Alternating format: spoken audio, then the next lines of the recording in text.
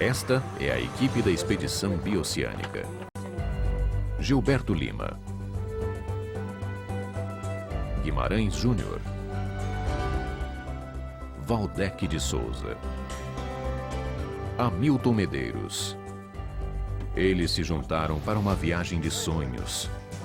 Um roteiro com mais de 10.000 quilômetros, 6 países, climas, culturas e idiomas bem diferentes.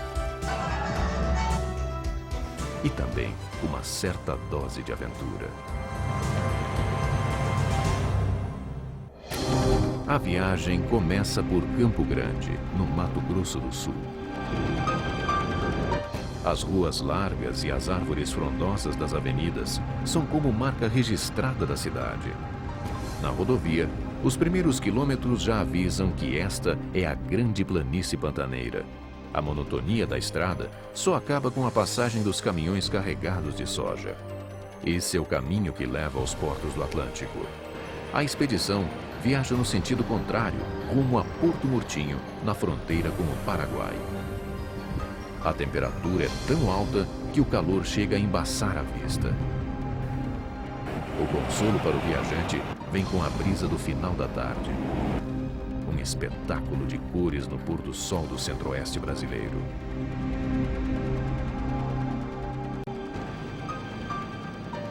Porto Murtinho é contornada pelo Rio Paraguai. Foi através dele que a cidade surgiu e enriqueceu com a exportação da erva mate. Da riqueza daquela época, restam apenas casarões abandonados. Quem vive aqui espera ter de volta a glória do passado e sonha chegar bem mais longe. Estudos realizados pelos países que têm interesses na integração mostram que o caminho para a Ásia pode ser encurtado. Se ao invés dos portos de Paranaguá, os navios partirem do Oceano Pacífico, a rota marítima fica bem menor. Estamos hoje mais próximos dos portos do Chile do que de Santos ou Paranaguá. O destino agora é o Paraguai, que fica do outro lado do rio. Em Porto Murtinho não há pontes. Pequenos barcos fazem a travessia entre os dois países. Levam passageiros e abastecem a pequena cidade paraguaia de Colônia Carmelo Peralta.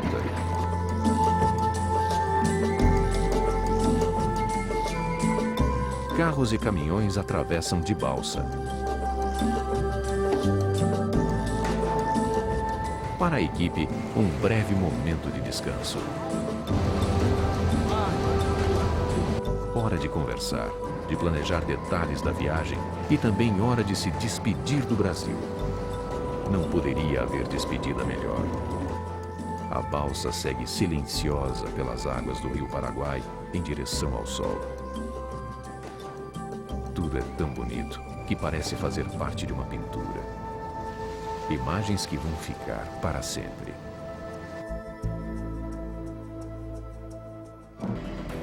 A expedição acaba de atravessar o rio que delimita a fronteira entre o Brasil e o Paraguai. A alfândega fica em Colônia Carmelo Peralta, um povoado do Alto Paraguai. Muchas gracias, muy amables. Ok.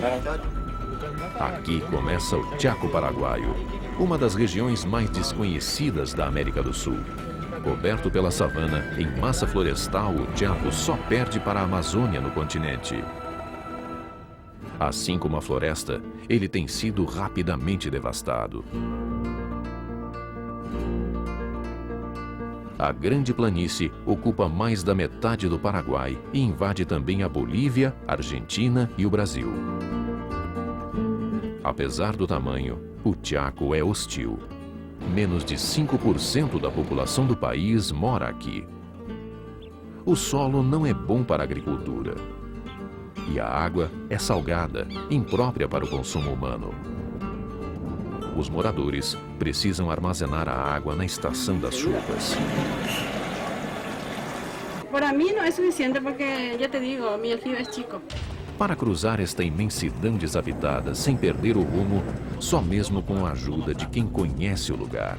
Estamos a 230 quilômetros da primeira cidade Aqui é uma colônia melonita. Aqui é O guia da equipe é o Flávio, político e fazendeiro em Porto Murtinho. Ele acompanha a expedição pelo Chaco e mostra locais onde o sal aflora a superfície e deixa uma camada branca no chão. O Chaco tem sido objeto de disputa entre os povos através dos tempos. Foi nestas terras que se travou o maior conflito armado na América do Sul, a Guerra do Paraguai. A luta pela hegemonia da Bacia do Prata envolveu também o Brasil, Uruguai e a Argentina. Com a guerra, o Paraguai perdeu 150 mil quilômetros do território e 30% da população.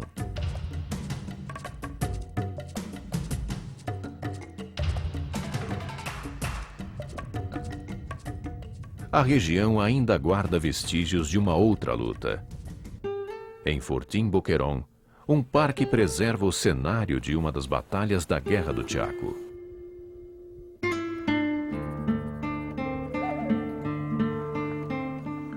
Foi a maior e mais sangrenta guerra ocidental no século XX.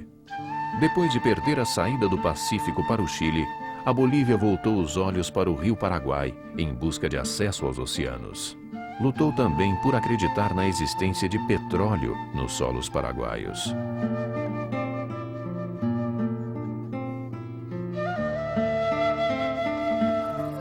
Durante 3 anos, as tropas que lutaram contra a invasão boliviana foram transportadas através da estrada de ferro.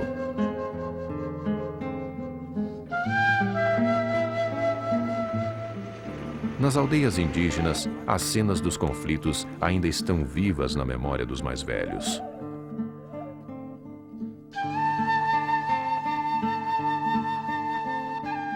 Uma história contada em Guarani, a segunda língua oficial do Paraguai.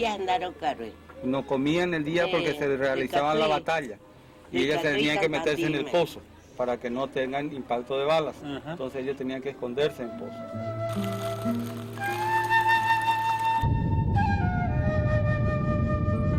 A viagem pelo Chaco Boreal reserva uma grande surpresa. O encontro com a cultura europeia em pleno sertão paraguaio. As cidades são Loma Plata e Filadélfia, bem pertinho uma da outra. As placas, a música no rádio, os olhos azuis e cabelos loiros dos moradores revelam a influência que vem de outro continente. Eles fazem parte da colônia menonita, a maior concentração populacional no Chaco. Os primeiros imigrantes chegaram a partir da década de 30. O Museu de Filadélfia ajuda a contar a história desse povo. Por causa da perseguição religiosa, eles trocaram as aldeias geladas da Rússia, Ucrânia e Canadá pela selva desconhecida da América do Sul. Vivendo em clima e geografia bem diferentes da terra natal, os menonitas conseguiram prosperar mesmo em uma paisagem tão inóspita. Criaram uma cooperativa de produtores rurais. Criam gado com melhoramento genético e usam técnicas para melhorar a produtividade em todas as etapas de produção. Tem até laticínio próprio, com maquinário sofisticado. Com o uso de tecnologia moderna, transformaram o Chaco paraguaio em uma das regiões mais ricas do país. Produzem a metade da carne e do leite consumidos no Paraguai. La capacidad de la planta láctea Trébol de la cooperativa Shortitza Comité acá de Loma Plata tiene una capacidad total de 500.000 litros. Tenemos aquí la fábrica principal, la más grande de todo el Paraguay. Os menonitas também estão de olho em outros mercados. Nosotros podemos aportar para los brasileños pueden aportar para nosotros. Nosotros podemos aportar para los bolivianos podemos aportar para nosotros, así con todos los pueblos vecinos que estamos viendo acá. Si hablamos de Mercosur, tenemos que practicarlo entre la gente primero. Si no hay un afecto, un relacionamiento directo entre la gente, nunca va a haber Mercosur. A nova geração já está sendo preparada para a integração. Eles aprendem a pensar em alemão. Ihr seht hier, der Isaac war zum Opfern bereit und dasselbe geschah auch mit Jesus Christus. Também falam o espanhol. Directamente al anillo aromático, al anillo bencénico. E se adaptaram aos costumes locais. O aprendizado bilíngue vai até a vida adulta e inclui a riqueza da flora e da fauna da região. Nosso livro de leitura. Nosso livro de leitura, sim. Amazing. Wildschwein, sim. O Chaco dos Menonitas se tornou um lugar mais fácil para viver. Com sistemas de captação na época das chuvas, tem água tratada e filtrada em reservatórios que suportam grandes estiagens. Com a presença dos menonitas, quase tudo nesta parte do Paraguai lembra um outro país. Menos a poeira. E é para ela que a expedição volta agora. A próxima parada é Mariscal Estigarribia, uma pequena cidade no meio do Chaco Boreal.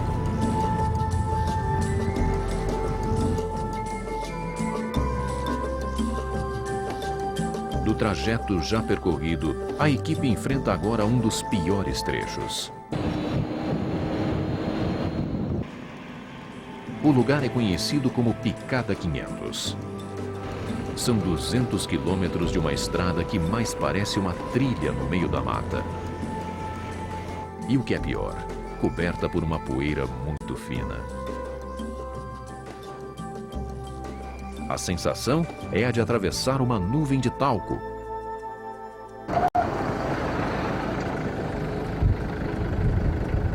Nós estamos aqui saindo do Paraguai em direção à Argentina. Nessa estrada estamos a 2 horas de viagem. Isso é só metade do caminho, nessa poeira toda aí.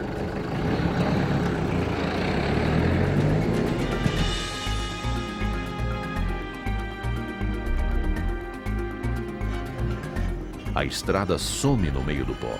O clima dentro dos carros é tenso. Dirigir só mesmo com a ajuda do rádio. Tá ok, tô vendo. No final da tarde, um pouco de alívio. A expedição encontra o marco do corredor bioceânico central, o primeiro da viagem. O lugar foi escolhido por ser o ponto de ligação entre as estradas que levam para a Argentina, o Brasil e o Paraguai. Mas pouco tempo depois, a equipe descobre que o lugar não ameniza em nada as dificuldades enfrentadas na viagem. Apesar da importante localização, aqui não há nada para o turista. A expedição parte em direção à Argentina, em uma estrada ainda empoeirada e também sem infraestrutura. Mesmo com noite alta e o cansaço tomando conta da equipe, é preciso ir em frente. A estrada não oferece segurança. A travessia da fronteira acontece na madrugada. Para os guardas da alfândega, a chegada de brasileiros a essa hora é uma surpresa. Quase ninguém faz este percurso. Poço Rondo também não oferece estrutura aos viajantes. Sem lugar para dormir, a equipe parte mais uma vez. O país já é outro, mas as dificuldades continuam. Um pneu não resiste e estoura. Tudo está empoeirado. É madrugada e a temperatura é de apenas 2 graus. Não tá mole não, cara. Tá mal frio, cara. Em pouco tempo, a troca é feita e a equipe volta para a estrada. O dia amanhece. Tudo parece melhor depois do descanso em Salvador Massa, no noroeste da Argentina.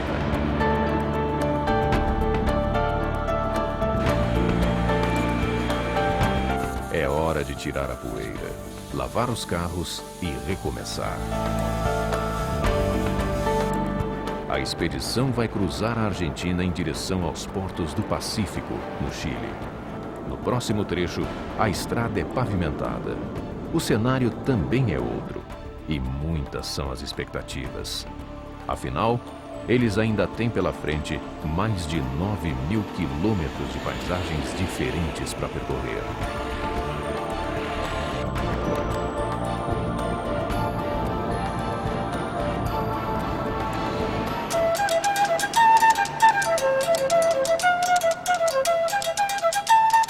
A expedição atravessa a grande planície do Chaco argentino em direção ao Chile.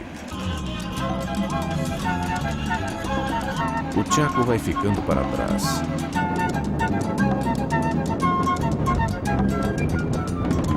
Entram em cena os picos gelados da Cordilheira dos Andes. Eles são como uma barreira de proteção para as cidades que ficam nos vales.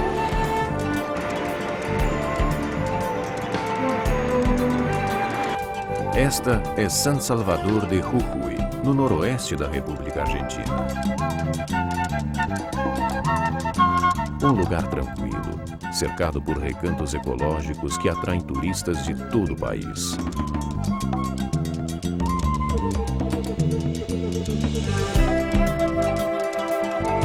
Vista de cima, Jujuy é uma cidade pacata, com poucos edifícios altos e a maioria das construções tem as cores das montanhas ao redor. Mas no centro, o movimento é de cidade grande. A província é rica em minérios e atrai migrantes de outros continentes. Quem chega, mesmo para ficar pouco tempo, é sempre muito bem recebido. A ruta bioceânica, a ruta que une os dois oceanos. Especialmente por la gente del... A expedição chega em Jujuy em dia de festa. É a festa da Pachamama, um evento tradicional realizado no inverno na região dos Andes.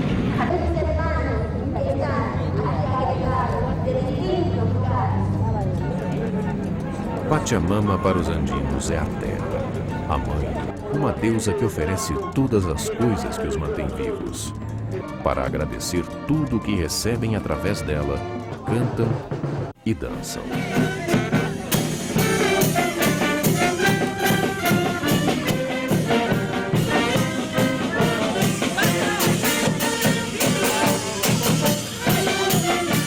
Os andinos acreditam que é a Pachamama quem controla os rios, a mata e toda a riqueza da natureza.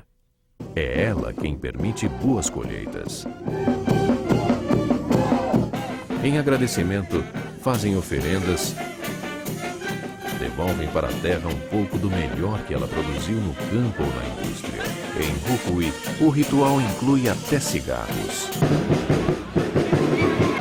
Um jeito de pedir por novas safras de tabaco, um produto importante para a economia local.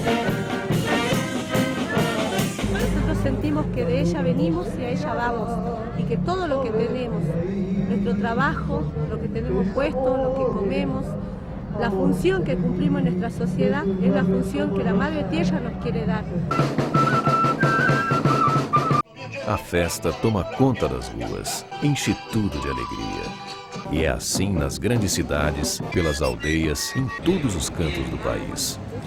Os descendentes dos índios Quichua e os Coya, moradores nativos da região, tornam a festa ainda mais empolgante. Com suas roupas coloridas, feitas em teares manuais e instrumentos de bambu, são a maioria entre a população.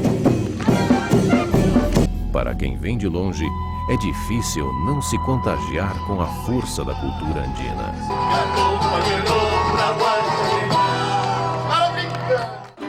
A vida e cultura coia estão retratadas no artesanato feito em Jujuy. Das montanhas do entorno vem o barro que dá forma às esculturas e também às cores. Después de modelar hay que esperar que se seque la pieza y después recién la decoramos con distintas arcillas de colores naturales que sacamos de la misma montaña, la quebrada de Imohuaca. As montanhas que parecem abraçar a cidade acompanham o viajante pelas estradas que cortam a província. Jujuy está em uma profunda e estreita baixada, encaixada entre montanhas coloridas pelos diversos minérios da região. Elas fazem parte do desfiladeiro de Mauaca. A proximidade da cordilheira cria recantos mágicos com grandes leitos de rios quase secos no inverno.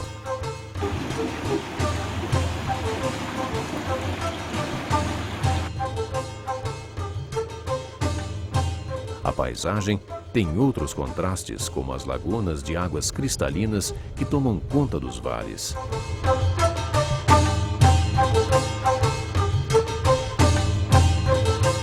E embelezam o trajeto até a província vizinha de Salta.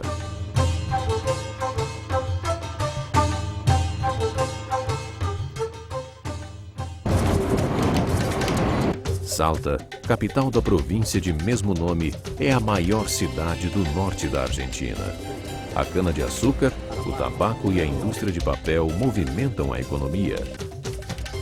Fundada pelos espanhóis em 1582, Salta fazia parte do Reino do Peru e ficou conhecida como a Cidade Linda. Com verdadeiras relíquias da arquitetura colonial espanhola do século XVII, ela merece esse nome. Alguns estudiosos acreditam que aqui era o limite do Império Inca ao sul. Como em outras cidades colonizadas pelos espanhóis, quase nada resta do período incaico. Com um imponente centro histórico, Salta faz do turismo uma importante fonte de renda. Artesanato em lã, barro e prata mantém vivas as tradições de todo o centro-oeste da América do Sul. Os produtos do mercado artesanal mostram influências que vêm de todo o continente, principalmente dos países fronteiriços.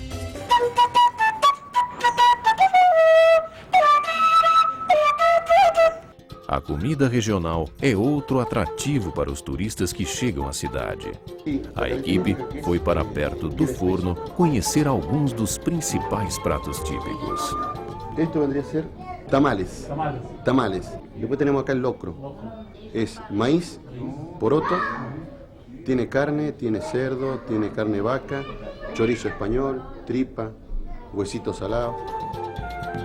O prato mais conhecido que incorpora o nome da cidade é a salteña. Carne picada, cebolla, papa, que es la característica de la empanada salteña, es la única en la Argentina que lleva papa, cebolla de verdeo y huevo hervido, huevo duro. Masa criolla, harina, grasa de vaca, grasa de pella derretida y agua y sal. A culinária saltenha é servida nos restaurantes da cidade junto com shows que misturam dança e música regional.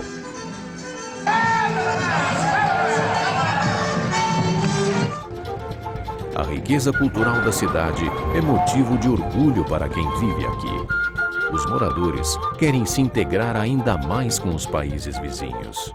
Me parece que debieran integrarse un poquito más, dado que están bastante cerca. Sí, pienso que habría que hacer un intercambio. Creo que todos deberían estar siempre unidos y bueno, es lo mejor para mí que lo que llegaron a hacer esto. Me parece bárbaro. Conocer el folclore de cada uno de nuestros países, para visitarnos, para el turismo, para el comercio, la industria, para todo ese tipo de cosas. Somos países limítrofes, que tenemos que acercarnos más el uno al otro. Tutto do Brasil, qua!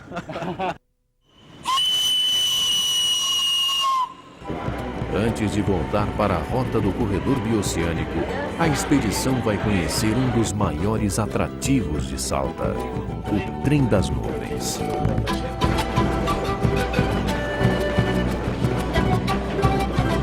Construído para levar os produtos do norte da Argentina ao porto de Antofagasta, no Chile, é o único do mundo que chega a mais de 4.000 metros de altura sem usar sistemas de engrenagens nas rodas. Cheia de pontes e túneis, a obra é um orgulho da engenharia argentina.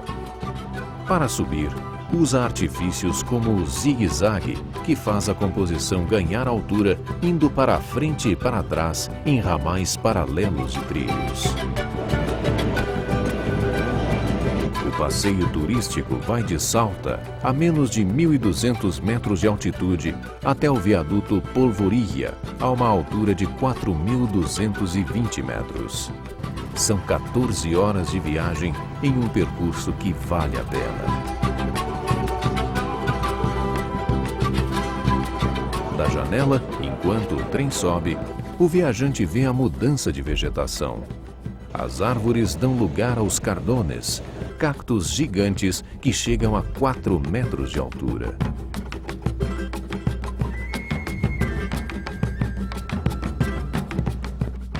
Por causa do clima árido, o crescimento é lento. Levam até 1 século para chegar a 1 metro de altura.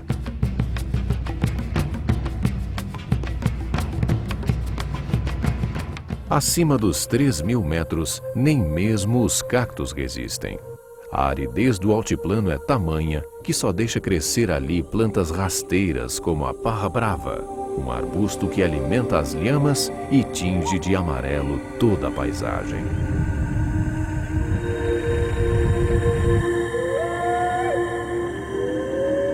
Em meio à fantástica amplidão do Planalto Andino, o trem faz a última parada. É San Antonio de los Cobres, um povoado a mais de 3.700 metros de altitude. A estação, sempre lotada de turistas, tem hoje um desembarque especial. Embalada pelos sons do charango e sanfonha, os instrumentos tradicionais da música andina, a equipe assiste a mais uma festa da Pachamama logo ao descer do trem.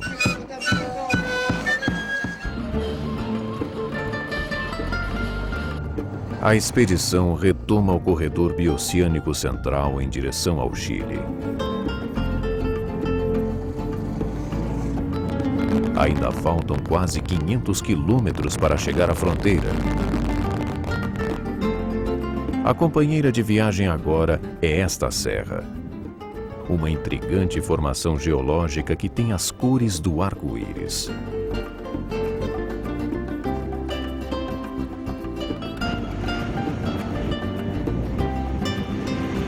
Vale está Purmamarca, um povoado do século XVII com ruas estreitas rodeadas por casas de adobe, técnica milenar que usa a terra como material construtivo. Nas praças, descendentes de índios Coija vendem artesanato, roupas e tapeçaria de lã de alpaca e lhama, instrumentos musicais, lembranças do lugar.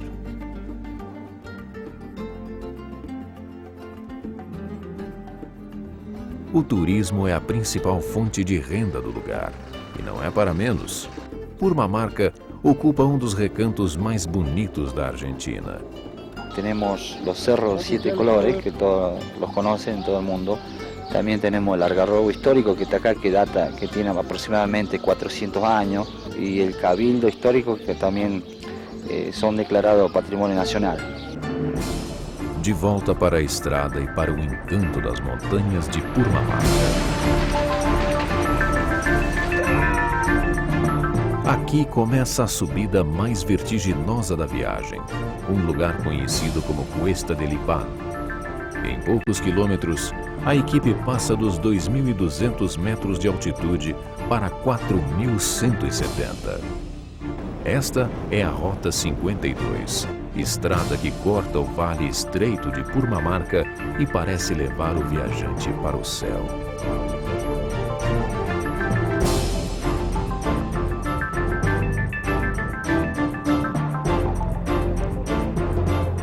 Apesar do sol forte da tarde, as encostas estão congeladas.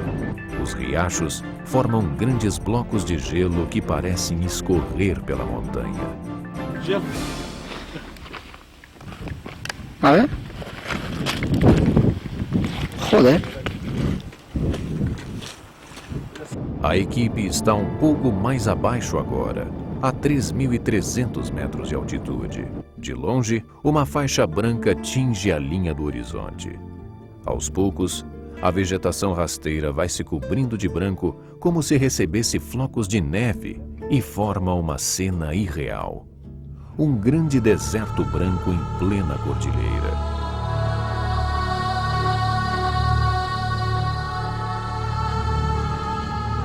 Mas não é gelo, e sim uma jazida de sal que se espalha por mais de 100 quilômetros.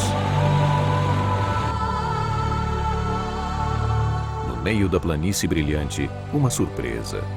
O encontro com 2 estrangeiros que vivem no meio do salar. Eles vieram da Ucrânia, país da Europa Oriental, e transformaram o ônibus velho em uma casa. O trabalho solitário no deserto salgado foi a única forma que eles encontraram para fugir do desemprego. São tijolos de sal, que é minerado aqui. Tem 2 poços ali para frente. Quanto tem de espessura isso? Olha, tem uns 15 centímetros. No local da extração se formam tanques de água salgada.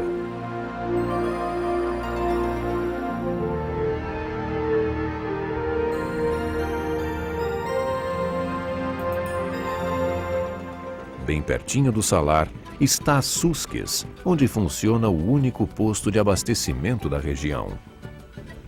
As casas, feitas de pedra e barro, resistem ao tempo.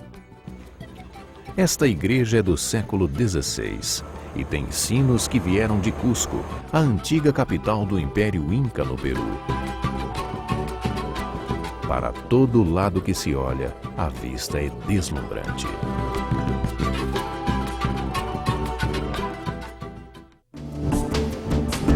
A altitude sobe cada vez mais. Já é noite quando a expedição cruza a fronteira. E noite fria. A temperatura é de 3 graus negativos. O posto da Polícia Federal fica em Paso de Rama. A subida da Cordilheira dos Andes termina aqui.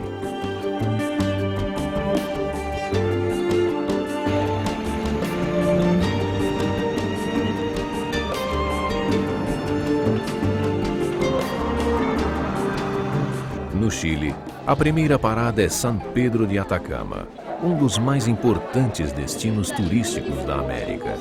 Considerada a capital arqueológica do país, até os bares e restaurantes em San Pedro são construídos com terra para preservar o meio ambiente e tentar manter intactas as montanhas da redondeza.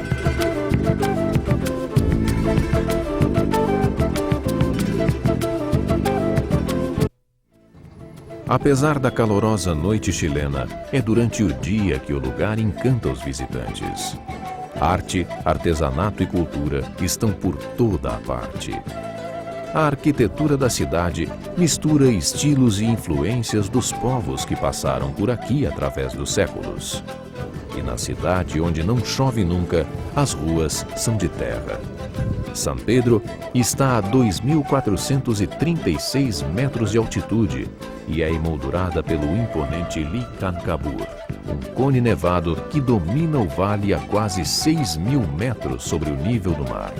Além dos picos nevados em torno da cidade, estão vulcões ativos, geysers, salares e o lugar mais seco do mundo, o deserto de Atacama. E é pelo deserto que a expedição começa a desvendar as maravilhas desta região. Uma delas é o Vale da Lua, uma surpreendente paisagem formada ao longo dos séculos pela erosão e pelo vento.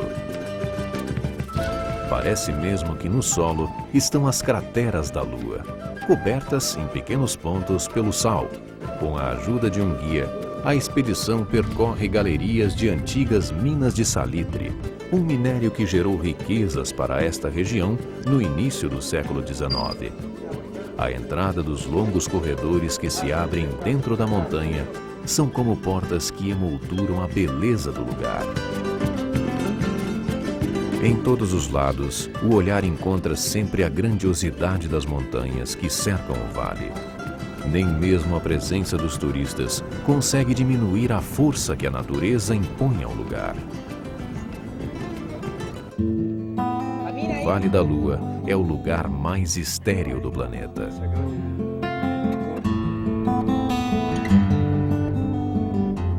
A mistura das cores do céu com as texturas da terra são tão perfeitas que parecem pinturas. Para apreciar melhor a paisagem, a equipe deixa os carros e começa a subir a pé em uma longa e lenta caminhada. Lá em cima, a escala humana desaparece.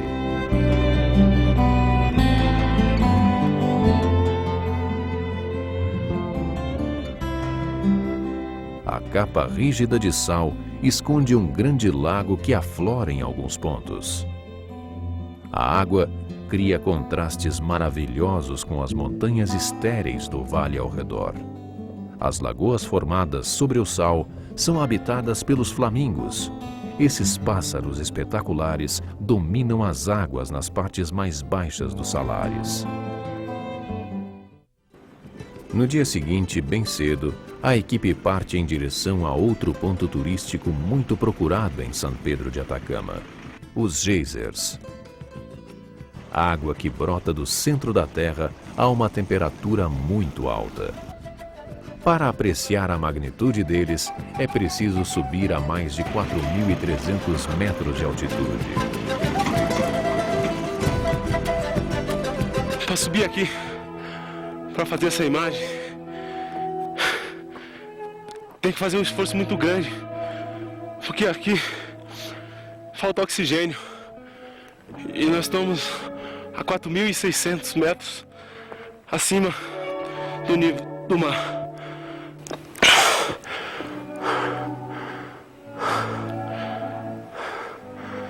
É uma cidade vulcânica.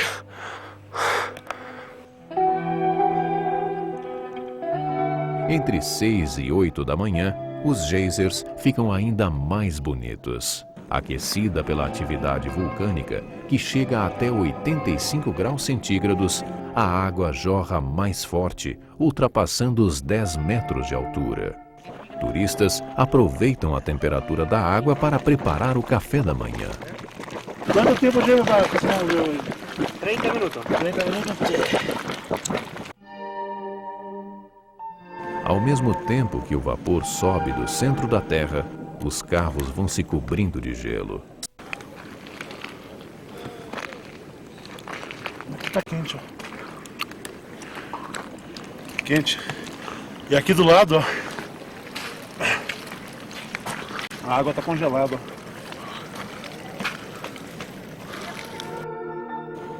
Este contraste do frio da manhã andina com o calor que brota das profundezas aumenta ainda mais a beleza do espetáculo.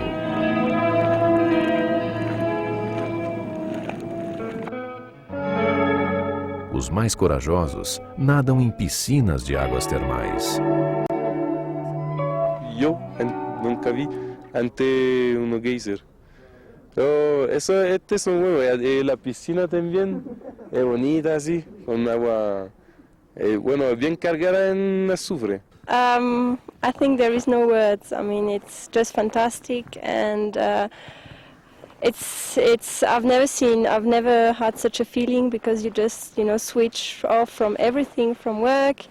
You just, rest, look around, and you don't care about anything else. It's really great. I'm really happy. A gente tem a vontade de sentar e olhar isto, toda a volta, aqui a ver os montes, a ver este fumo que está a sair, e ficar mais tempo, se era possível.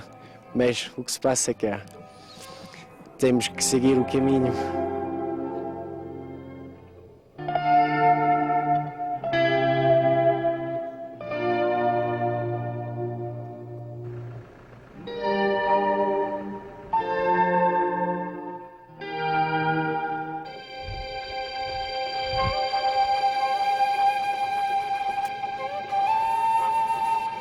Contrastes entre picos nevados e dunas de areia, de uma imensidão que parece não ter fim. Assim é o norte do Chile.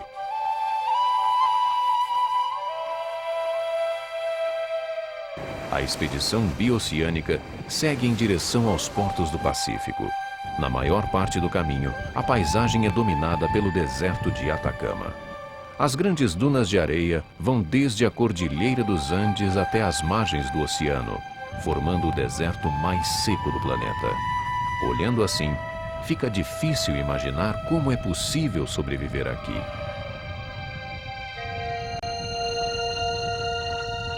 Mas, apesar do ambiente hostil, a ocupação da região é uma das mais antigas do continente. Começou há 12.000 anos. A aridez do deserto ajudou a conservar os objetos que hoje contam a história do lugar.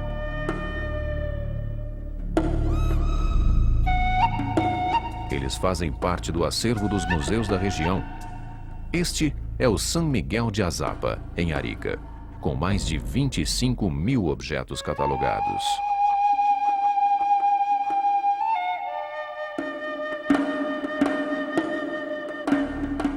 Los primeros indicios que tenemos son de hace aproximadamente 10.000 años. Estos corresponden al hombre de hacha, que le pusimos de esa forma porque se encontró en el encuentro de la quebrada de Hacha con el río San José. O Gustavo Lepage, da Universidade Católica de São Pedro de Atacama, reúne 380 mil objetos escavados em 300 sítios arqueológicos. Um registro de como foi viver na parte mais árida do continente há tanto tempo atrás. Primeiras evidências que foram encontradas datam mais ou menos de entre 10 e 12 mil anos antes do presente. E em setores altos da cordilheira e corresponde a grupos de caçadores.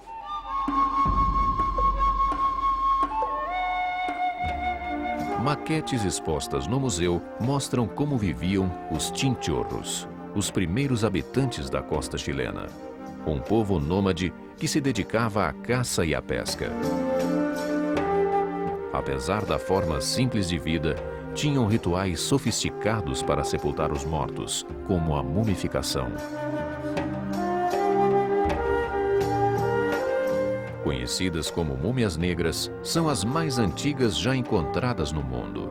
Foram feitas entre 6 e 2 mil anos antes de Cristo.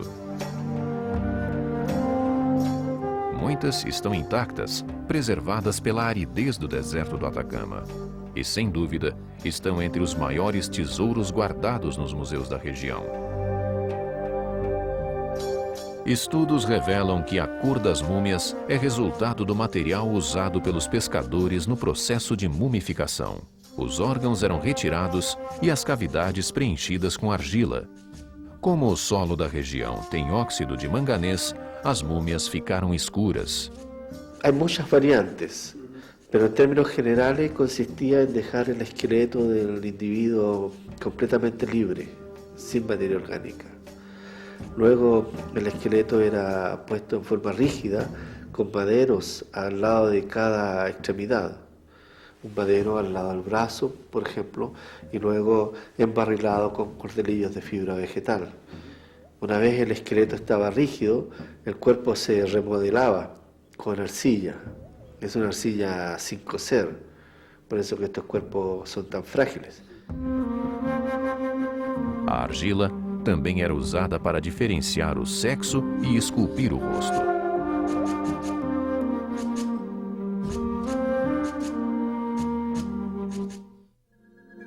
A expedição retoma o caminho para o mar.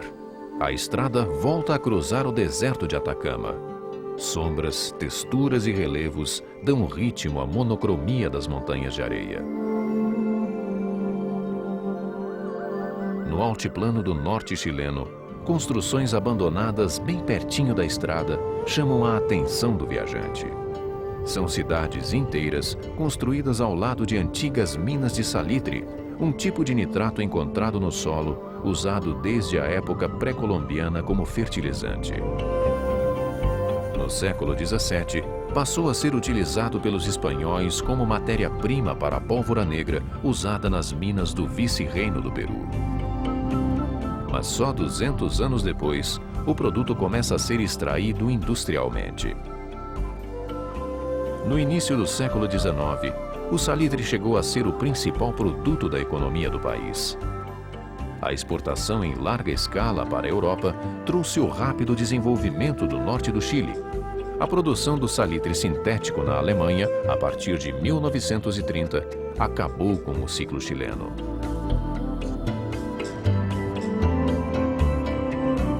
Hoje, as oficinas são como fantasmas de um tempo de riquezas que ficou para trás.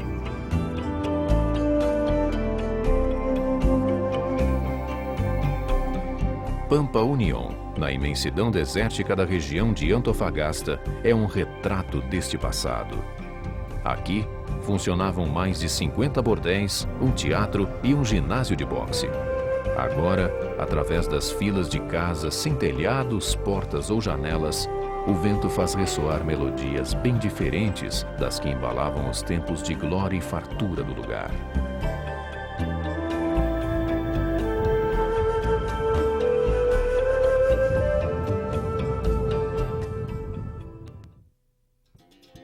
A economia ainda gira em torno da mineração, mas a fartura agora vem de outras minas. A riqueza vem das minas de cobre, na região central do Chile. A 18 quilômetros de Calama está a maior mina a céu aberto do mundo. É Chuquicamata, situada a 2.800 metros de altitude, em pleno deserto de Atacama.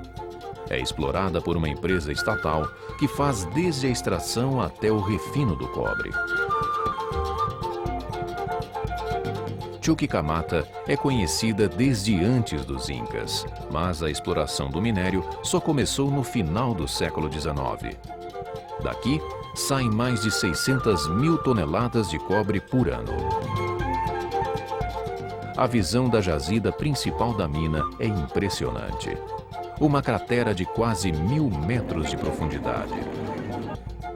Tão impressionante que virou local de turismo. A cidade já se acostumou com a presença constante dos turistas.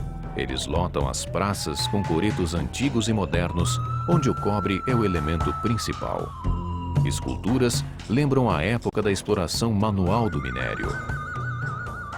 Segundo o centro urbano do norte chileno, Calama está encravada na pré-cordilheira andina.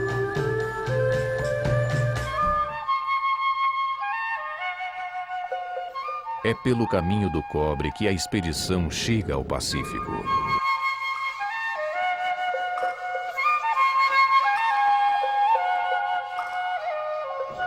Esta é a costa do maior oceano da Terra.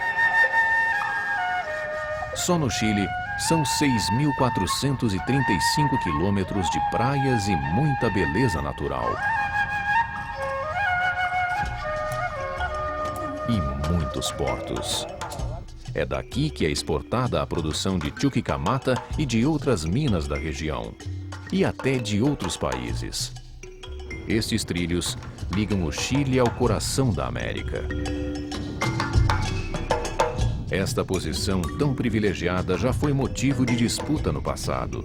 O porto fica em antigas terras bolivianas, em uma região conquistada pelo Chile na Guerra do Pacífico, quando a Bolívia perdeu a saída para o mar. Ainda hoje, o porto de Antofagasta é um dos mais importantes na América do Sul. Construído em 1920, é a maior obra de engenharia de toda a região. Se tornou o principal exportador de cobre do mundo. E pode se tornar um canal de ligação valioso dos países sul-americanos com o mercado asiático através do Pacífico. Todos os estudos determinam, por exemplo, que este siglo será o siglo do Oceano Pacífico, que gran parte del comercio que actualmente se tiene en el Atlántico pase al Pacífico por el crecimiento de las economías del Asia-Pacífico. No debemos tampoco dejar de lado lo que podríamos llamar el Pacífico inglés. Aquí donde nosotros estamos, a nuestra espalda, está Australia y está Nueva Zelanda, ¿no? Y también, por supuesto, los colosos, China, Japón, Taiwán, Corea. Espremida entre as montanhas e o mar, Antofagasta, na língua quechua, significa lugar de muito sal. A cidade guarda em seu traçado e arquitetura lembranças da origem histórica. Uma época em que a principal riqueza do país era o salitre, exportado através de Antofagasta. Os prédios daquele período convivem em harmonia na mesma praça com as edificações modernas da Era do Cobre.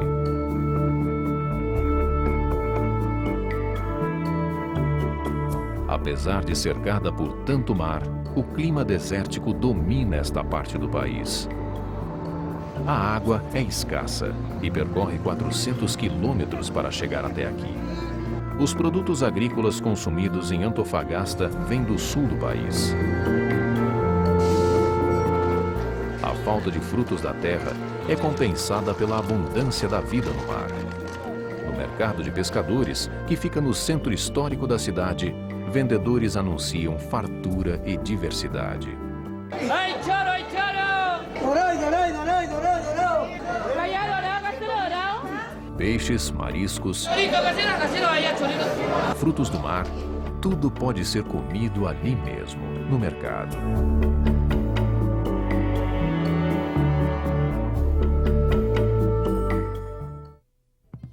Perto de Antofagasta, um outro porto ganha importância no cenário internacional. É Mejillones, nome dado ao lugar pelos conquistadores espanhóis por causa da grande quantidade do molusco nesta área do Pacífico. Mejillones está sendo ampliado para se tornar um superporto. A geografia do lugar ajuda. Os portos do norte chileno são profundos e têm condições de receber grandes navios. Bueno, la verdad que hace muchísimos años estamos interesados nosotros aquí en Tocopilla en ser uno de los terminales de los corredores bioceánicos. Y los corredores bioceánicos son las rutas que unen justamente a los puertos que tú dices, en el sentido, a la ciudad que tú dices, en el sentido de que son ciudades más pequeñas, se desproviste de alguna ayuda oficial mayor en cuanto a recursos, pero si nos unimos todo lo que somos del norte chileno, el norte argentino, del sector brasileño que también sale por Jama, más los bolivianos y Paraguay, obviamente nuestros pueblos van a mejorar mucho la potencialidad, vamos a salir de la pobreza y entrar a un rumbo de vida mucho mejor para todos los habitantes de por acá. Além das boas condições geográficas para exportação, Mejillones tem um grande potencial turístico. Com belas e longas praias, é um dos trechos mais charmosos do litoral chileno.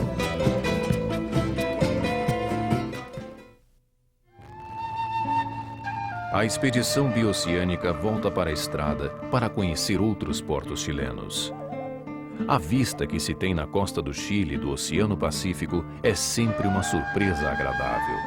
A grandiosidade e exuberância do mar tornam a viagem inesquecível.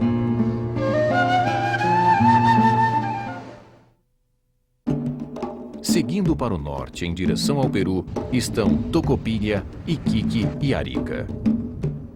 Todos recebem investimentos para também aumentar a capacidade de armazenamento e exportação. Sem terras boas para a agricultura, com 6.435 quilômetros de litoral, profundidade para receber navios de grande calado, o Chile tem o perfil ideal para ser o maior exportador do continente sul-americano. E o governo tem apostado nesta vocação.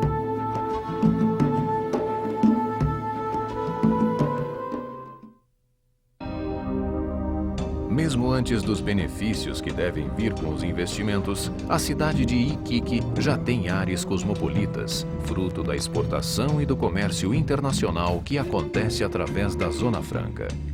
Chamada de Zofre, foi criada em 1975 e se tornou a principal atividade econômica da região. A origem da cidade também está ligada à exportação. No auge da extração do salitre no início do século XIX, neste porto atracavam navios ingleses, franceses, chilenos, peruanos. Saíam carregados com salitre e traziam produtos que ajudaram a construir a cidade. Da Inglaterra veio o estilo gregoriano, que influenciou a arquitetura de Iquique. A madeira das grandes casas dos industriais salitreiros veio do Canadá. Muito do legado arquitetônico da cidade foi abaixo com o terremoto de 1868. O que restou convive em harmonia com os modernos edifícios que refletem o desenvolvimento recente do lugar. A história dos primeiros imigrantes de Iquique está no Museu da Cidade. Objetos e fotos mostram a extração do salitre em escala industrial, a exportação do produto e toda a riqueza trazida por ele. Aqui estão também as moedas do período pós-colonial usadas para pagar os funcionários das oficinas salitreiras. Antes, eles recebiam o valor trabalhado em sal.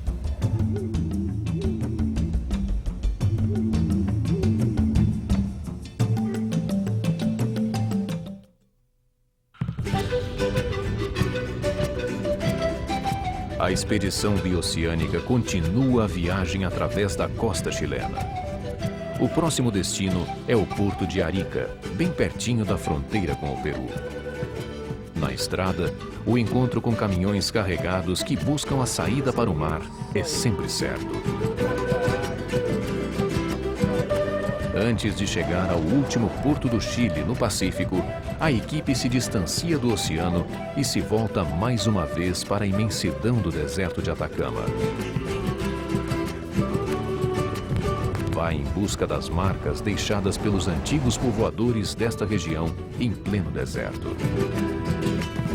As montanhas rochosas vão mudando o cenário. É nelas que estão os geoglifos, inscrições arqueológicas feitas nas rochas cerca de 1400 anos antes de Cristo. Vistos da estrada, mesmo de longe, eles surpreendem pelo tamanho. São gigantescos. Os enormes desenhos cobrem as encostas rochosas com uma escala tão grandiosa que tudo ao redor se torna muito pequeno.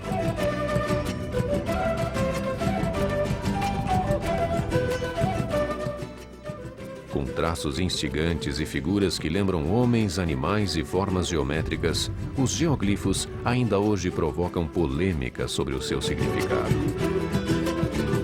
Este tipo de manifestaciones que están en casi todo el desierto guardan relaciones con este intercambio, con este tráfico de caravanas. Algunos le han dicho poéticamente que es el arte de caravaneros. Y se tiene más o menos registrado alrededor del año 1000 al 1400, lo que corresponde a nosotros a las culturas regionales y lo que los arqueólogos hemos denominado cultura arica.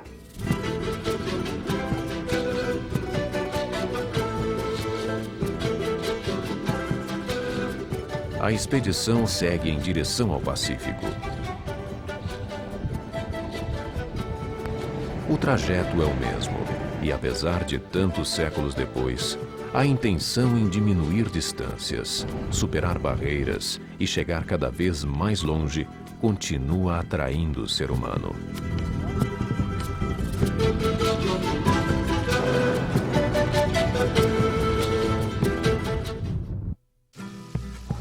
A expedição chega em Arica à noite.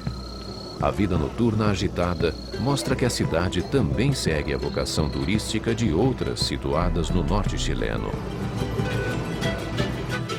Mas é durante o dia que a constatação fica ainda mais forte.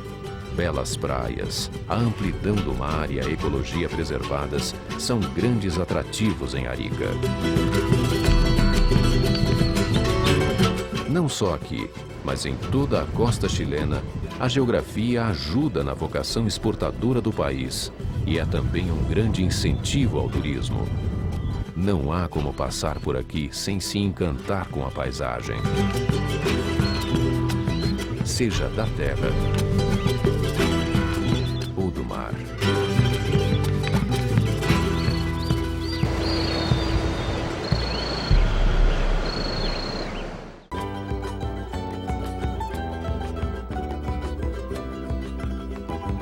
A expedição corta o deserto de Atacama no norte do Chile, indo em direção ao Peru. Aqui da estrada, olhando apenas a paisagem, é difícil para o viajante saber onde acaba o Chile e começa o Peru. A imensidão do deserto une os dois países. E parece querer unir também céu e terra, tingindo de azul as grandes dunas de areia. Como quem teima em não acabar nunca. Lagoas de água doce logo surgem bem perto das ondas, em uma estranha mistura de deserto e pantanal, manchando de verde a aridez do Atacama.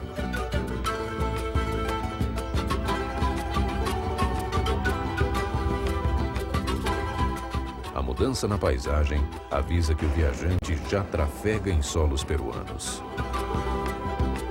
O Peru é o 5º país visitado pela expedição. A primeira parada no Peru é em Ilo, uma cidade tranquila, com edifícios baixos sempre contornados pelas montanhas ao redor e a presença do Pacífico na linha do horizonte. É o porto que movimenta a cidade e deixa todo o sul do continente americano mais perto do mercado asiático. O porto de Ilo reduz em 3.300 milhas marítimas o percurso entre o Brasil e a Ásia, diminuindo os custos de fretes e o tempo de viagem. Quem vive aqui está sempre de olhos abertos também para o outro lado do mundo. Ilo faz parte de um corredor entre os oceanos Pacífico e Atlântico, que passa pelo Peru, Bolívia e Brasil. A estrada que liga Ilo à capital boliviana, La Paz, acabou de ser construída. Chamada de binacional, é por ela que a expedição viaja agora. Nos primeiros quilômetros, rachaduras na estrada lembram o último terremoto que atingiu a região. Por aqui, eles são muitos. Cidades inteiras já foram destruídas através dos séculos por causa dos tremores. A expedição continua a viagem pela binacional, que cruza o altiplano no sul do Peru a altitudes que chegam a 4.800 metros acima do nível do mar. Por toda a extensão, o deserto de Atacama continua sendo o companheiro de viagem. E é ele também quem imprime a sensação de solidão que se tem ao trafegar por aqui. O cenário desértico da viagem só muda com a proximidade dos vales férteis que circundam a pequena cidade de Maço Cruz. Mas o verde logo cede espaço para que se forme uma nova e surpreendente paisagem. É em Maço Cruz, ao amanhecer, que a expedição testemunha a chegada da neve. Telhados, carros, ruas. Aos poucos, tudo se cobre de branco. E mesmo tornando a paisagem mais pálida, a neve enche tudo de alegria. Durante o dia na estrada, a temperatura cai ainda mais e a neve fica mais forte, dificultando a viagem até para os moradores do lugar. Estes policiais peruanos enfrentam problemas com a viatura policial e precisam da ajuda da equipe. Tudo ao redor vai ganhando uma nova cor. As montanhas, as casinhas de adobe, os campos amarelados. A Terra do Sol aos poucos se cobre de neve.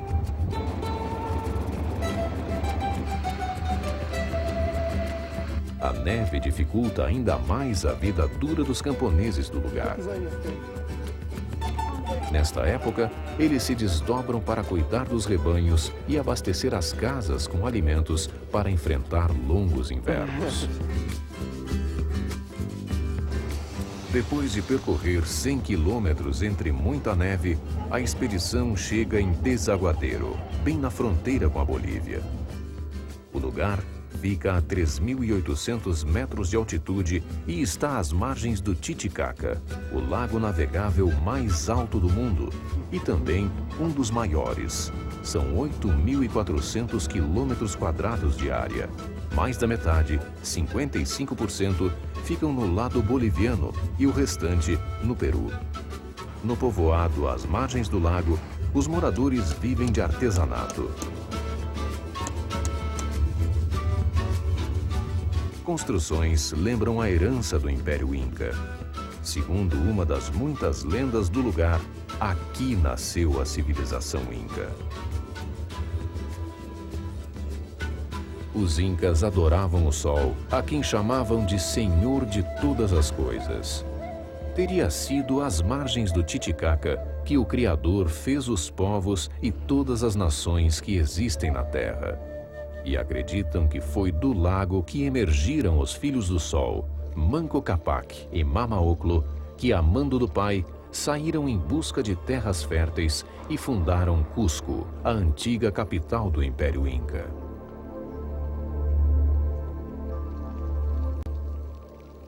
Para conhecer de perto estas e outras histórias, a expedição faz um desvio de rota. Deixa para trás a estrada binacional que liga Desaguadeiro a La Paz e ao Brasil e segue a margem do lago em direção ao norte peruano. O destino é Machu Picchu, a misteriosa cidade dos Incas que só foi descoberta no início do século XX. Machu Picchu fica a 80 quilômetros de Cusco.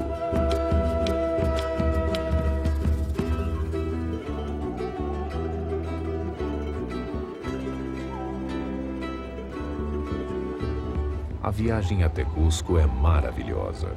Paisagens bucólicas e cheias de luz, mesmo no inverno, lembram ao viajante a todo instante que esta é de fato a Terra do Sol.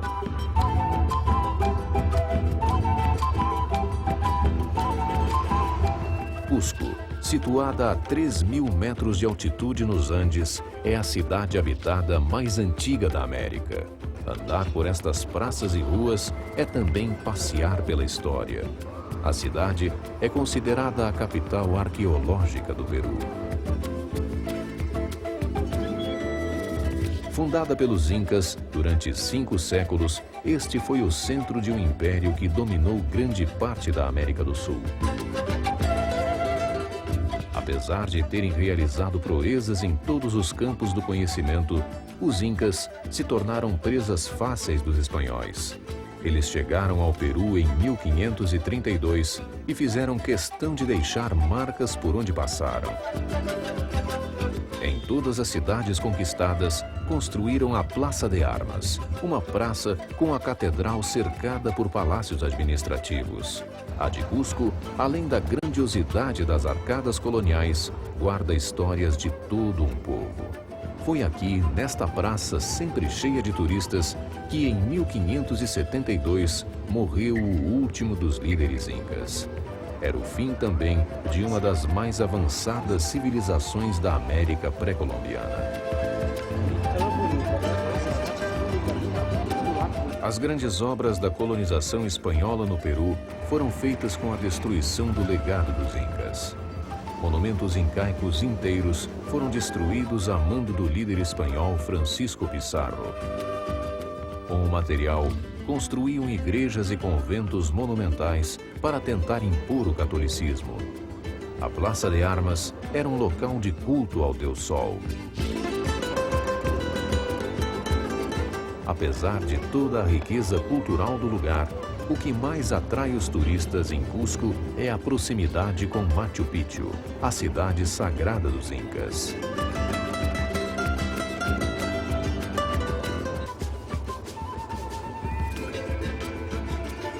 A expedição embarca no trem para Machu Picchu junto com turistas de todos os cantos do mundo.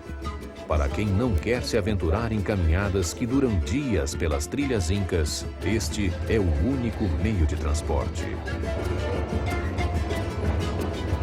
O barulho do trem, o movimento dos turistas, tudo na viagem é envolvente. A janela é como se fosse uma tela de cinema a revelar a cada instante uma nova e surpreendente paisagem. Nas pequenas estações, moradores nativos vendem artesanato e comida típica. A viagem dura 4 horas e leva o turista até Águas Calientes, às margens do rio Urubamba. Chamado de Vilcanota em sua nascente, o rio integra uma das mais importantes zonas agrícolas da região e faz parte do Vale Sagrado dos Incas. De Águas Calientes, o turista pode pegar um micro-ônibus para subir os 600 metros até Machu Picchu ou seguir por uma das muitas trilhas construídas pelos Incas.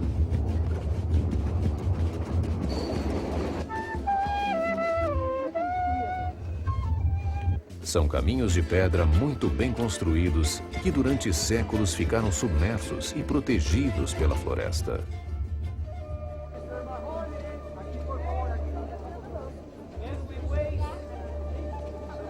A floresta também protegeu a cidade da destruição provocada pelos colonizadores espanhóis e ainda hoje cobre as altas montanhas do lugar. Quando se chega no topo das encostas abruptas e de acesso difícil, a visão que se tem é como um presente pelo esforço em chegar tão longe e tão alto.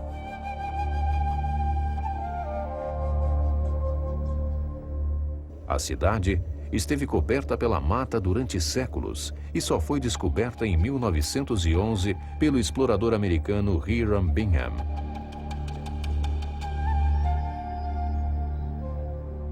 Além de ser hoje o maior sítio arqueológico da América do Sul, Machu Picchu está encravada em um dos lugares mais bonitos do continente.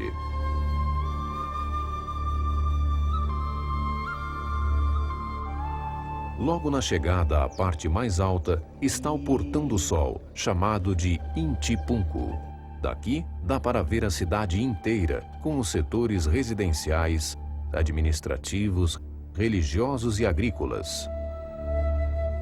A agricultura era a base da economia incaica, e eles plantavam nestes grandes terraços feitos de pedras.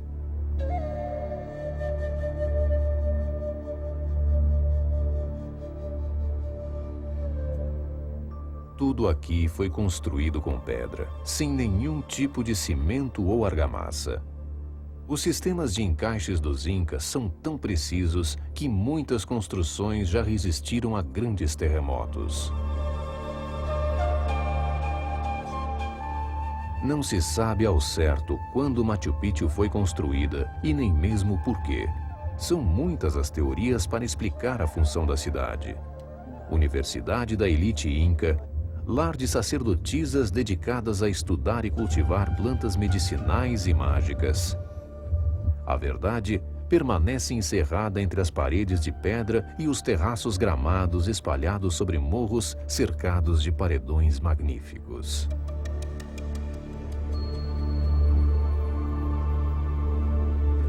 A tese sobre as sacerdotisas botânicas ganha força com uma das mais fortes tradições dos povos andinos: a fitolatria, a adoração das plantas, que tem um sentido mágico na vida das pessoas. Lendas incaicas contam que as árvores e plantas foram nomeadas por um dos filhos do sol, que teria ensinado também as pessoas a transformarem estes elementos em poções medicinais. Para os incas, as plantas têm alma. A crença no poder da natureza e na religião dos antepassados sobreviveu à colonização devastadora do passado e também resiste aos colonizadores modernos. Ainda hoje se mantém viva em todos os cantos do Peru, dos lugares mais remotos às grandes cidades. A relação do andino com a natureza é há muito tempo estudada pela etnobotânica e doutora em medicina tradicional Rosa Urrunaga. No mercado de Cusco, ela explica esta medicina holística, que além de tratar do aspecto somático do paciente, cuida também do espiritual. E fala do poder exercido pelos produtos que vêm dos Andes e da floresta amazônica. Amuleto para o sexo. Tiene que ponerse en contacto con la persona, ¿no? Ajá. Entonces, si yo quiero tener, quiero que esté conmigo él, mi compañero, entonces tengo que pasarle por el cuerpo, ¿no? Y lo guardo. Entonces, él siempre va a estar prendado de mí, ¿no? Entre as plantas, a que exerce o maior fascínio para o homem que mora nos Andes é a folha de coca. Usada para mascar, ela ajuda a esquecer a miséria, a fome e o frio. Guardadas junto ao corpo, as folhas especiais têm poderes mágicos. Una hoja especial, la hoja mágica, y que un campo de cultivo donde hay toneladas de hoja de coca, raras veces aparece esta hoja, con doble nervadura como se puede ver acá. Es una hoja bifoliada, es un fenómeno de la naturaleza. Por esto, siendo fenómeno, por eso cobra vigencia dentro de lo mágico, lo religioso. Entonces se convierte en una hoja especial, el quintu, que le llaman el quintu, ¿no? El quintu es una hoja mágica, ¿no? Quien la posee siempre genera cosas positivas. Todas sus actividades siempre es de progreso, de triunfo. Personalmente yo tengo mi hoja de quinto, ¿no? Los que conocemos, ¿no? Siempre llevamos nuestra hoja, ¿no? A folha de coca também pode ser usada para fazer o mal. Después de 3, 4 ya esas son hojas que también son muy buscadas, muy cotizadas, pero lamentablemente para hacer daño, ¿no? Cobran vigencia dentro de lo que vendría a ser rituales maleros, ¿no? Para hacer daño. Para entender melhor a ideologia mágico-religiosa do homem andino, a expedição vai até o povoado de Tipón e sobe ao topo de Pachatusan, o pico nevado que domina a paisagem de Cusco. Segundo as lendas peruanas, este era um lugar de culto e oração de antigos guerreiros incas. A equipe acompanha Dona Rosa e Chasca Cuca Quintu, uma curandeira especializada em medicina tradicional peruana, e assiste a um verdadeiro ritual de agradecimento à natureza. Chamado de Samintia, ou Pago à la Tierra, o ritual serve para a busca do equilíbrio com o meio ambiente. Se parece com um despacho feito pelos seguidores das religiões de origem africana no Brasil. No Peru, o ingrediente principal da Samintia é a folha de coca. Mas a curandeira utiliza uma parafernália de coisas. O ideal é misturar objetos de acordo com a origem geográfica deles. Assim, o país todo é representado no ritual.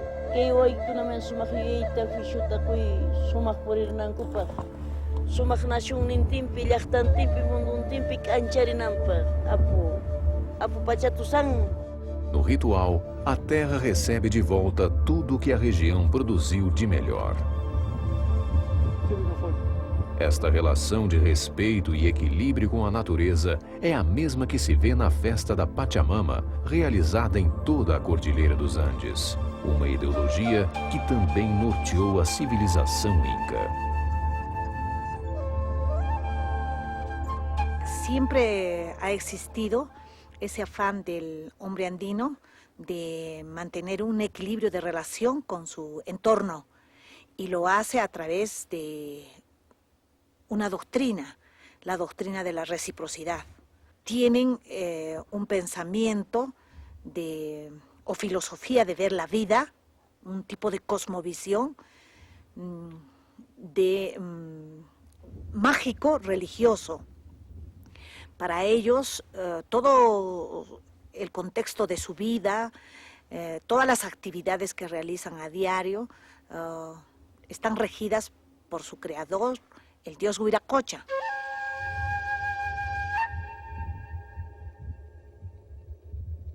A expedição parte rumo ao sul do Peru, deixando para trás os mistérios da civilização inca. Já na saída de Cusco, um encontro com a dura realidade de quem vive aqui. As mulheres secam arroz à beira da estrada. Apesar da roupa gasta, das mãos envelhecidas pelo trabalho e cansaço, a altivez nos gestos e nos olhares destas mulheres impressiona.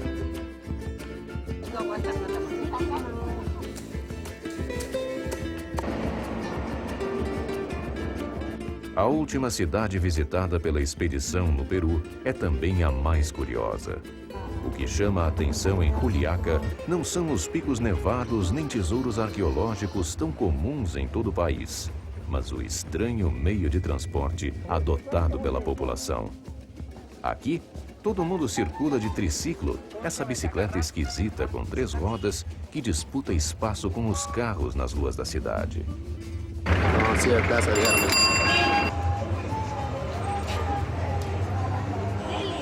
Eles estão por toda a parte. Por ser barato, o triciclo faz as vezes de táxi. É o tricitaxi. Más rápido, más económico. ¿Te gusta? Claro. ¿Siempre ha utilizado? Sí, siempre. A veces línea, a veces triciclos. Sí. Es el taxi cholo acá en Juliaca. que percorre grandes distâncias levando os passageiros. Transportam executivos, crianças e famílias inteiras. É uma alternativa de transporte. Alternativa? Sim. Mais barato, se chega às cidades pequenas. Sim. O roteiro mais comum é do centro ao aeroporto, uma distância de 1,5 km. E para me levar ao aeroporto? Será para 3 soles, 4 soles. Um condutor chega a pedalar 80 km por dia. O trabalho é pura física, não? Todo dia. Nos cansamos em desgaste físico. O triciclo serve também para o transporte de mercadorias. Eles não são emplacados e não há leis específicas para eles, mas seguem suas próprias regras. Para quem vem de fora, não dá para saber como eles se entendem no meio deste caos. Sim.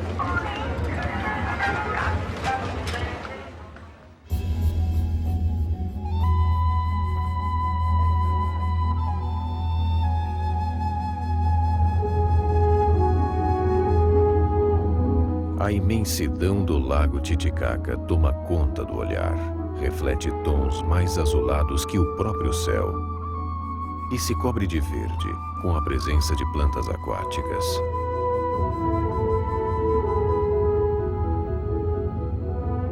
É a segunda vez que a expedição bioceânica passa por aqui. Ela já percorreu 5 países e faz o caminho de volta ao Brasil. No sul do Peru, cruza novamente a fronteira com a Bolívia, que fica bem no meio do lago Titicaca. A 3.800 metros de altitude, é um dos maiores do mundo. São quase 200 quilômetros de extensão, 56 de largura e uma profundidade de 300 metros. Tanta água torna o lago parecido com o mar.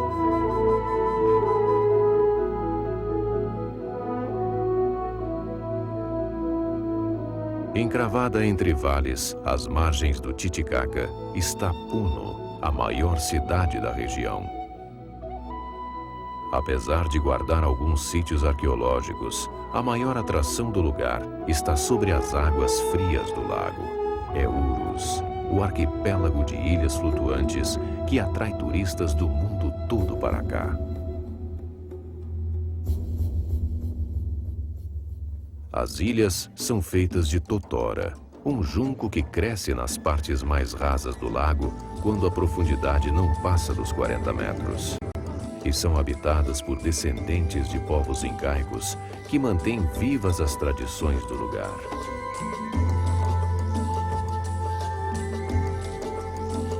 Com exceção de algumas placas de aquecimento solar, quase nada mudou por aqui nos últimos séculos. A totora começou a ser usada 2.500 anos antes de Cristo e ainda é a fonte de tudo. Com ela, constroem as ilhas e as casas onde moram, os barcos para o trabalho e fazem artesanato. As folhas de junco alimentam a criação.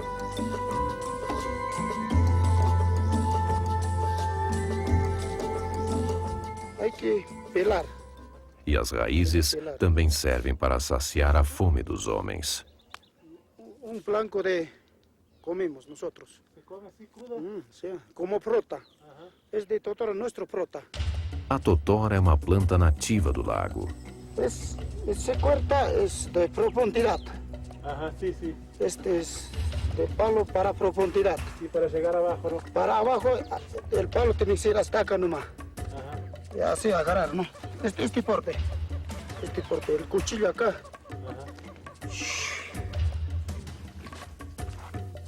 Colhida da maneira certa, em um ano, ela está novamente pronta para o corte.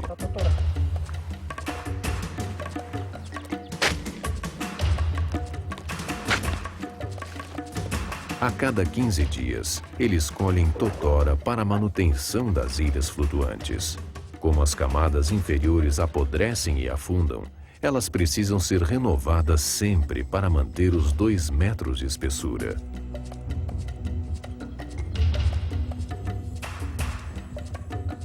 As embarcações também não duram muito, menos de 1 ano. Ao fim da vida útil, elas são incorporadas às ilhas que vão aumentando de tamanho. A fabricação de uma balsa, como são chamados os barcos de junco por aqui, é um processo demorado e cansativo. Quanto tarda ser uma balsa dessa? Sí, un mes. E trabalhando todo dia? No, en faena. En faena. Puede ser en la mañana o en la tarde. Así un poco para que esté un poquito mojado, porque con el sol seca la totora. A totora precisa estar seca, livre de qualquer umidade. Os rolos apertados de junco vão sendo amarrados e ganhando a forma arredondada.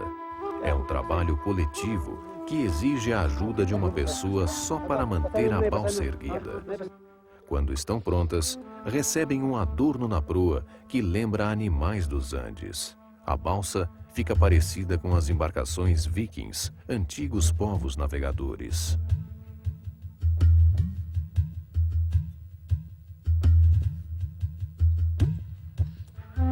Barcos com outros materiais já substituem os de totora na pesca nas ilhas de Urus. As balsas tradicionais hoje servem para atender os turistas, a nova fonte de renda do local.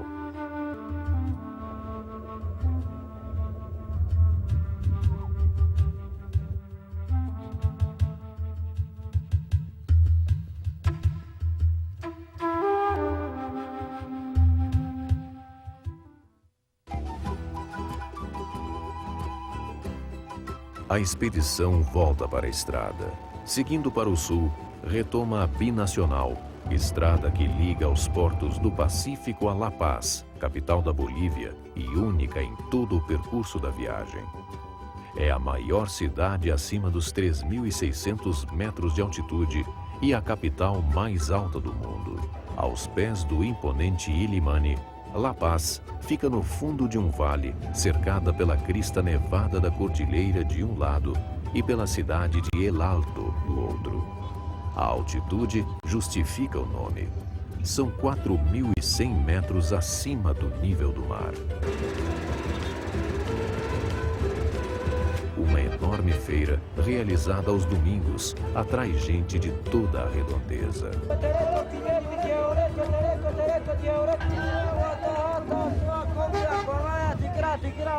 A maior parte da população da Bolívia é indígena, tanto que o país adota 3 línguas oficiais: o espanhol, o quechua e o aimara.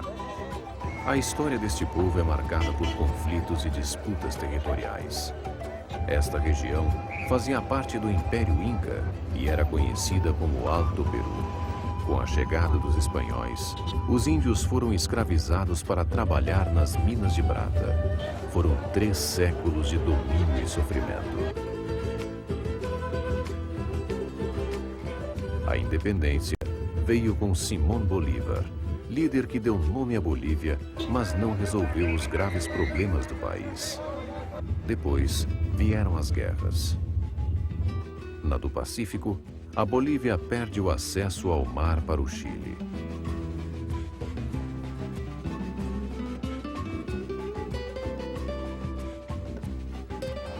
No conflito com os seringueiros, vende o território do Acre para o Brasil.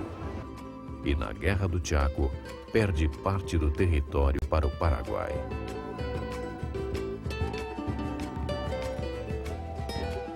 Com tudo isto, a Bolívia tem hoje a maior taxa de analfabetismo do continente e é uma das nações mais pobres da América do Sul.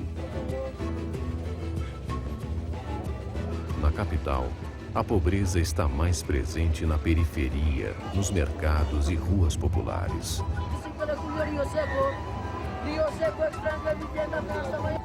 No centro, carros importados e prédios futuristas fazem de La Paz uma cidade moderna que convive com as tradições culturais milenares.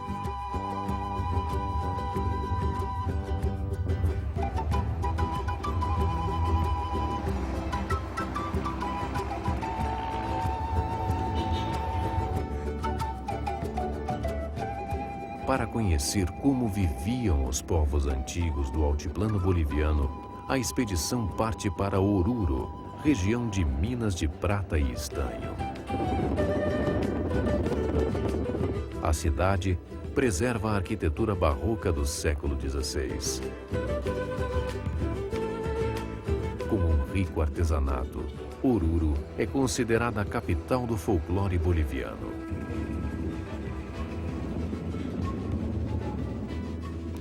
Nos arredores estão importantes monumentos e sítios arqueológicos. Muito antigo. Toda a gente vem a sacar fotos. Este era um ponto de encontro dos caminhos usados pelos habitantes pré-colombianos para cruzar o continente.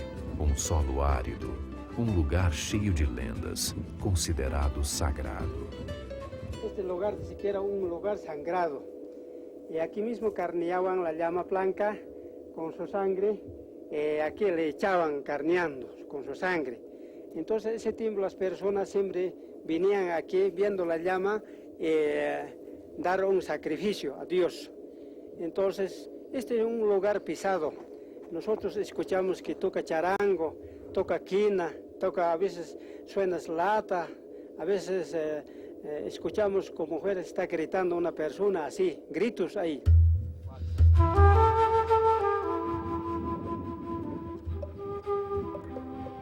Nas cavernas estão registros da passagem do homem por ali há mais de 2.400 anos. Ritos de sacrifício e pinturas de animais feitas de graxa, musgo e sangue. A lhama branca é a figura mais comum das pinturas rupestres. Animal raro, atualmente é o principal personagem do Carnaval, a maior festa regional de Oruro. Como os antigos povos pré-colombianos, a equipe acampa entre as altas montanhas dos Andes. Na Bolívia, a cordilheira atinge a largura máxima, 650 quilômetros. A temperatura sempre é baixa, mas apesar do frio, o contorno da cordilheira traz beleza ao lugar.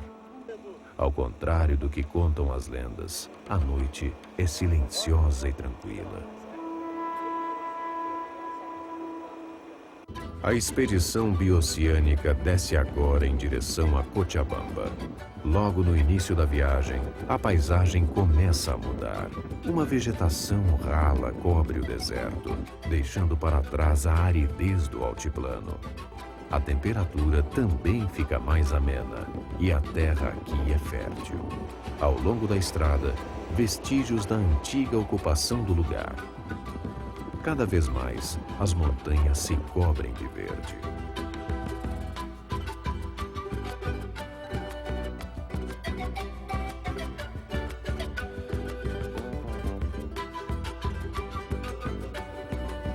Cochabamba se orgulha de ser diferente. Cenário de disputa entre diversas culturas primitivas, a cidade é acolhedora, com casas baixas no estilo colonial espanhol e um movimento intenso nas ruas retas e estreitas.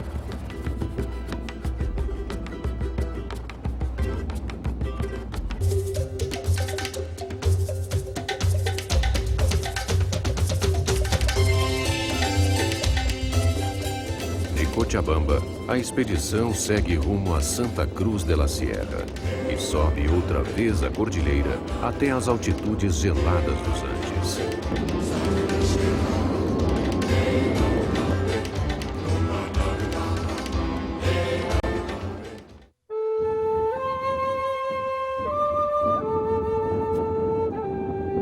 No meio do caminho está Samaipata, o registro mais oriental do Império Inca.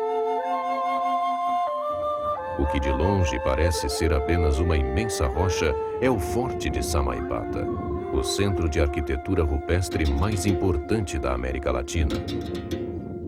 Um lugar extraordinário, cheio de mistérios, conhecido popularmente como o Morro dos Discos Voadores. Para ver melhor Samaipata, é preciso subir a 2.000 metros de altura. Bem no alto, entre fortes lufadas de vento, as inscrições nas rochas tomam a forma de uma gigantesca nave espacial. A origem e o significado de Samaipata ainda são motivos de estudo, mas já foram encontrados por aqui vestígios de culturas muito diferentes das pré-colombianas aos povos amazônicos.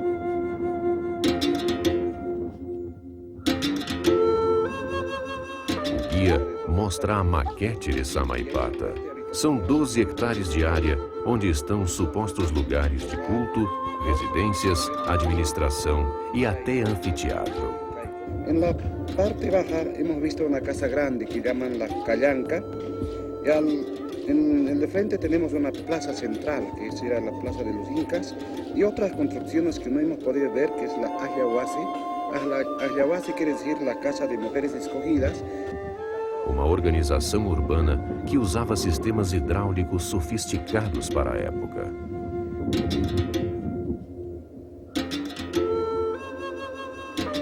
As cavernas, semelhantes a portas, seriam entradas de sarcófagos.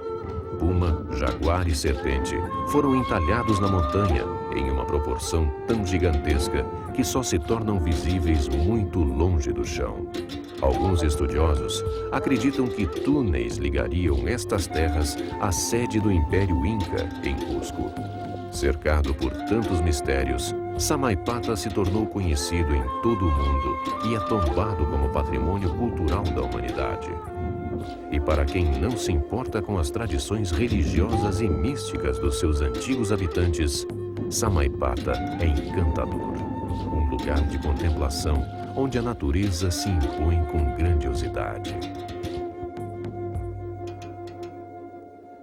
Samaipata é um divisor de águas entre as bacias do Prata e a Amazônica, um ponto de transição entre a cordilheira e a planície.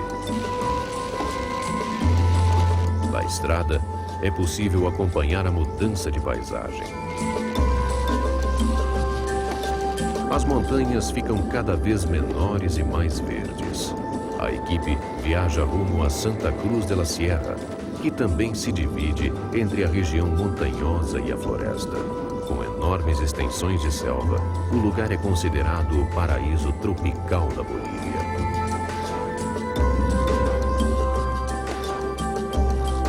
Com 1 milhão de habitantes, Santa Cruz é uma das cidades mais importantes do país.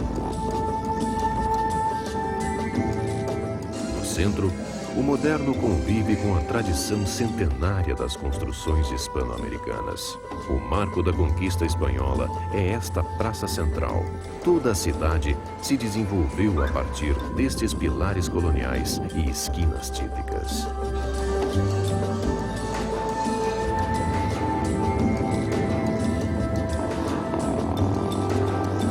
De Santa Cruz, faltam apenas 700 quilômetros para a fronteira com o Brasil. Mas, apesar da pequena distância e da enorme vontade de chegar, este é o pior trecho de toda a viagem. Na enorme ponte sobre o Rio Grande, a equipe enfrenta uma tempestade de areia. É tanta poeira que fica difícil respirar, mesmo dentro do carro fechado. Se não bastasse o pó, que deixa tudo sem cor, é preciso enfrentar o congestionamento. A paisagem é desoladora. Lá embaixo, um árido deserto está onde deveriam correr as águas do rio. A travessia fica ainda mais difícil com o tráfego intenso de caminhões. São horas para conseguir avançar poucos quilômetros.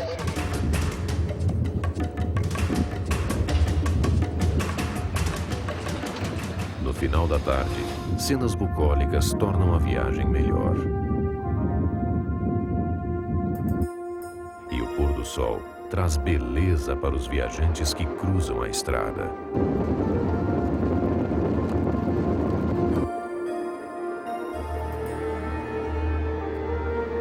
Sem pousadas ou hotéis, é preciso seguir viagem na estrada iluminada pela lua.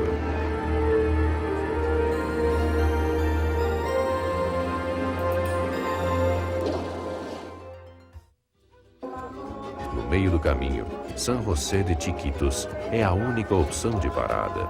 Uma cidadezinha tranquila, erguida em torno das igrejas construídas pelos missionários da Companhia de Jesus entre os séculos 16 e 17.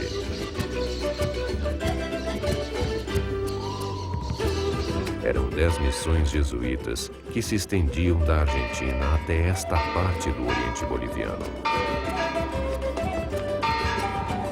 Por causa do acervo e de sua história, San José é tombada pelo Unesco como Patrimônio Cultural da Humanidade.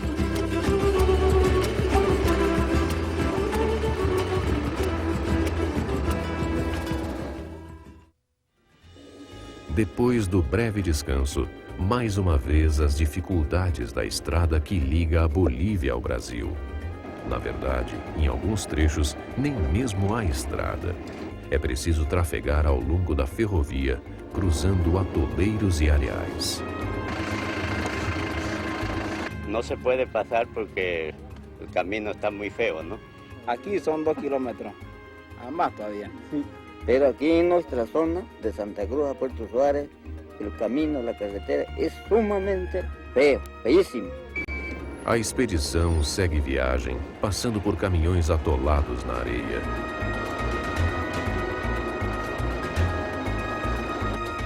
E tem que esperar até o conserto da ponte para poder passar.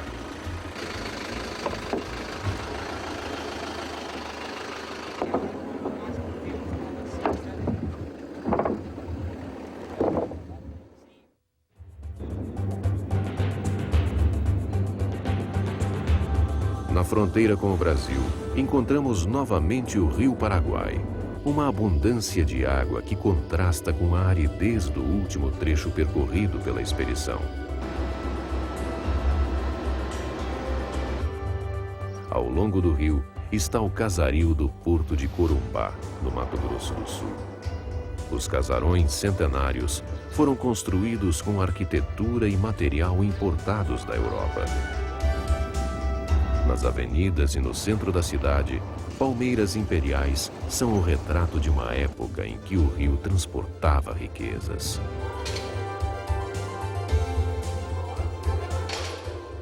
A maior fonte de riquezas hoje está ao redor da cidade.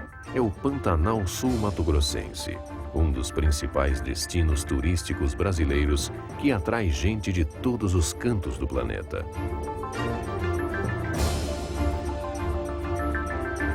É neste mundo das águas que a expedição mergulha agora. Estradas sem limites, feitas de grama e quase sempre cobertas pela água. O Pantanal se esparrama por 230 mil quilômetros quadrados e forma a maior planície alagável da Terra. Abriga uma mistura de ecossistemas.